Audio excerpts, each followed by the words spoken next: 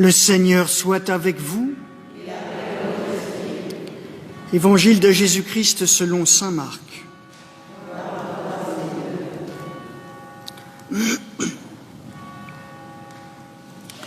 Toute la journée, Jésus avait parlé à la foule.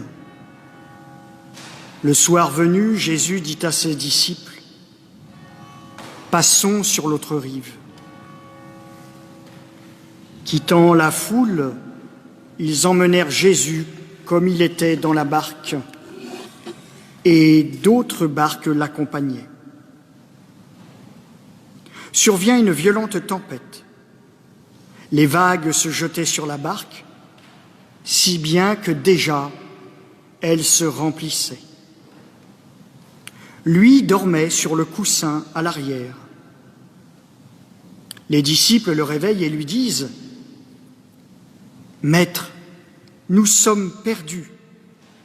Cela ne te fait rien ?» Réveillé, il menaça le vent et dit à la mer : « Silence, tais-toi. » Le vent tomba et il se fit un grand calme. Jésus leur dit : « Pourquoi êtes-vous si craintifs ? N'avez-vous pas encore la foi ?» Saisis d'une grande crainte, ils se disaient entre eux : « Qui est donc celui-ci pour que même le vent et la mer lui obéissent ?» Nous acclamons la parole de Dieu en chantant.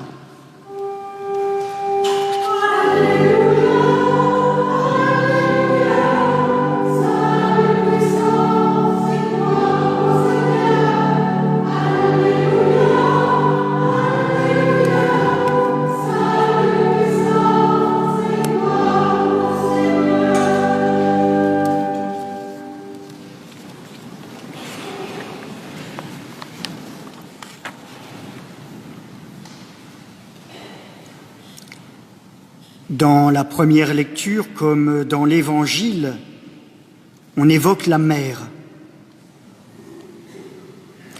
Alors pour nous, gens de Moselle, ou bien pour les habitants de la côte, eh bien la mer est synonyme d'immensité, de liberté, de vacances, de loisirs, de beauté, de ressourcement. Pour les Hébreux, dans l'Ancien Testament comme dans le Nouveau Testament, eh bien c'est tout le contraire. La mer, eh bien c'est le chaos primitif décrit dans la Genèse avant que Dieu y mette de l'ordre. Pour les anciens d'Israël, la mer, eh bien c'est le symbole du mal.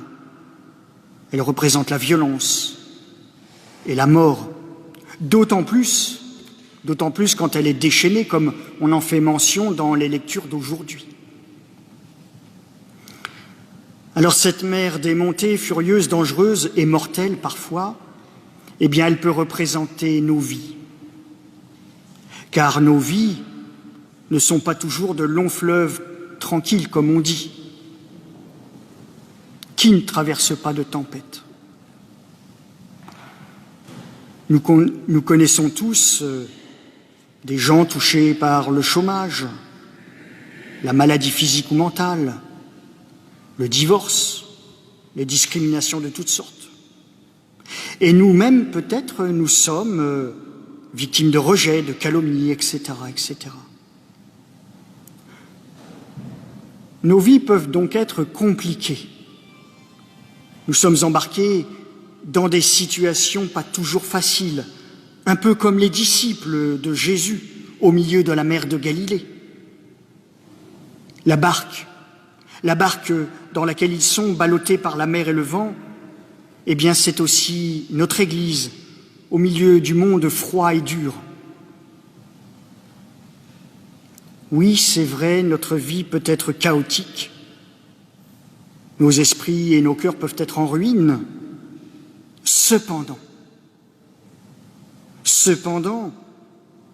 au milieu de toutes nos tribulations, eh bien Jésus est présent, comme il est présent dans la barque avec les disciples. Alors c'est vrai que dans l'Évangile, il semble se reposer et ne rien faire. Il dort sur un coussin. Et on le voit, ses disciples paniquent et crient « Maître, nous sommes perdus, cela ne te fait rien ?» Alors eux, ils ne comprennent pas pourquoi il n'intervient pas. Ils ne comprennent pas pourquoi Jésus ne les protège pas. Et nous-mêmes, quelquefois, nous ne comprenons pas l'inaction de Dieu. Pourquoi Dieu n'intervient-il pas? Pourquoi ne sauve-t-il pas?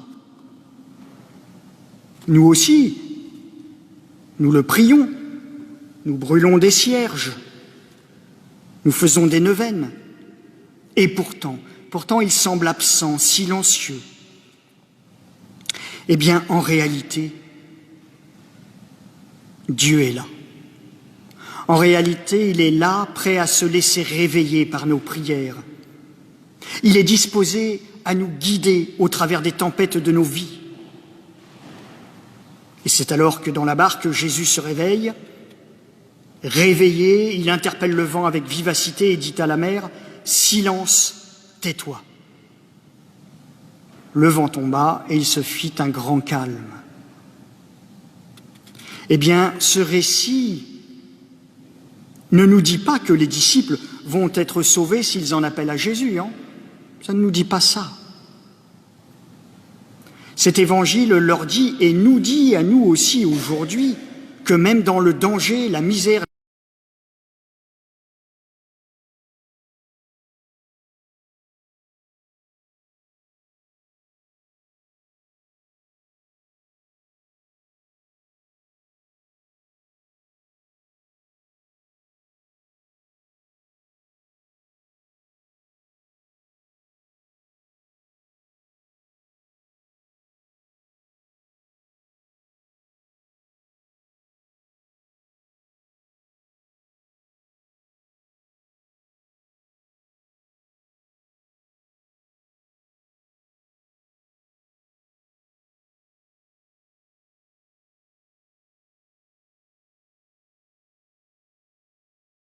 Alors, frères et sœurs,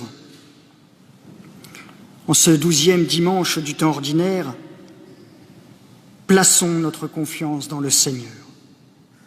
Avec Jésus-Christ, il n'y a rien à craindre, parce qu'il a vaincu toutes les formes de tempête. Avec lui, passons sur l'autre rive.